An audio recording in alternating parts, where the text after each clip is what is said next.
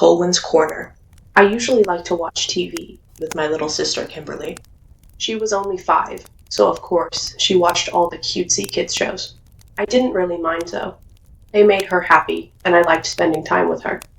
She watched shows like Dora, Blue's Clues, and Arthur.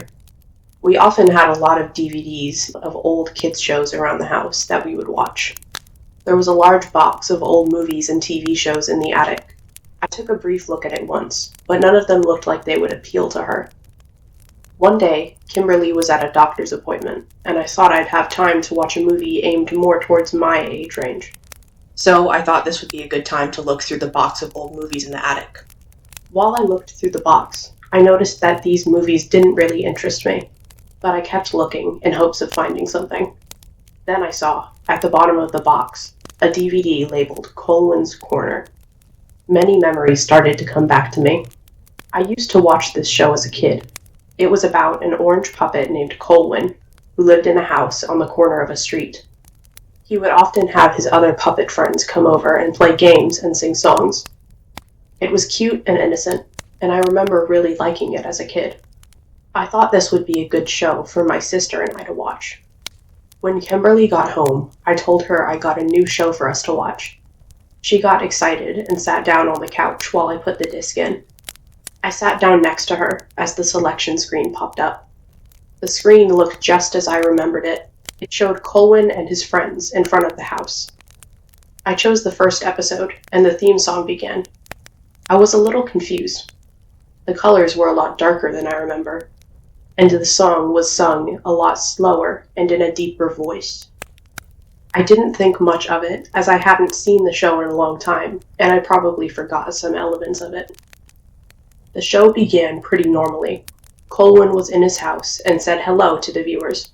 There was a knock on his door, and he said, "I think my friends are here." When he opened the door, I felt my heart jump to my throat. Standing at the door were 2 tall, white puppets, with no nose or mouth, only pitch-black eyes. I was shocked, because I don't even remember these characters on the show. Even the cover of the DVD showed 2 colorful, friendly puppets. I looked over at Kimberly, and she had a big smile on her face.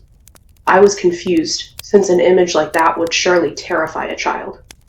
"I'm not sure if we should watch this anymore," I told her. "No, please, keep it on," she exclaimed. I continued watching as the giant puppets didn't seem to faze her. The 2 large puppets came into the house. Colwin asked, "What do you guys want to do today?" The one puppet replied with the most horrific sound I ever heard. It sounded like a man was shouting, almost screaming, in a strange language. The audio was very distorted. At this point, I got up and ejected the disc from the VCR, much to Kimberly's disappointment. "Why did you stop it? Put it back on," she said. I didn't listen and put the DVD in a drawer. Even though Kimberly wasn't bothered by the show, I still thought it was too disturbing for a 5-year-old. I had trouble sleeping that night. I kept thinking about the video. I watched that show all the time when I was younger. I definitely have seen every episode. I didn't understand why I didn't remember an episode like this. I was still curious about the rest of the episode. I decided to go downstairs to finish it. I took the DVD out of the drawer and put it in the VCR. I put on headphones so the noise wouldn't disturb my family. The episode began the same, with the strange intro and the large puppets. After the one puppet made the terrifying sound, Colwin replied, "You're right, we should play a game." Then he grabbed a knife off the counter. It cut to a live-action arm painted orange to represent Colwin's. The knife went up to the arm and started to cut slits, each one deeper than the last. Colwin started to scream a blood-curdling scream. I couldn't believe what I was seeing. I felt sick to my stomach. Blood gushed out of the wounds as the screams got louder and louder. It then cut to a live-action neck painted orange. The knife went up to the throat and cut a deep slit in it, and blood began gushing out. It showed Colwin gasping heavily for air before his eyes turned completely white.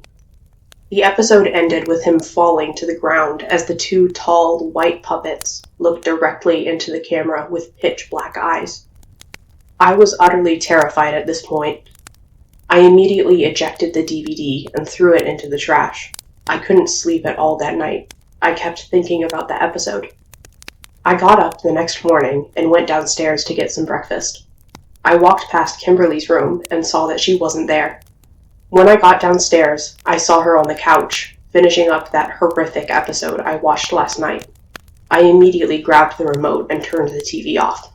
"Why did you do that?" she asked. "Where did you get the DVD?" I shouted. "It was in the garbage," she replied. "I took it out because I wanted to finish the episode." "This show is very bad," I shouted. "No, it's not," she said. "They were just baking a cake." "What?" I said.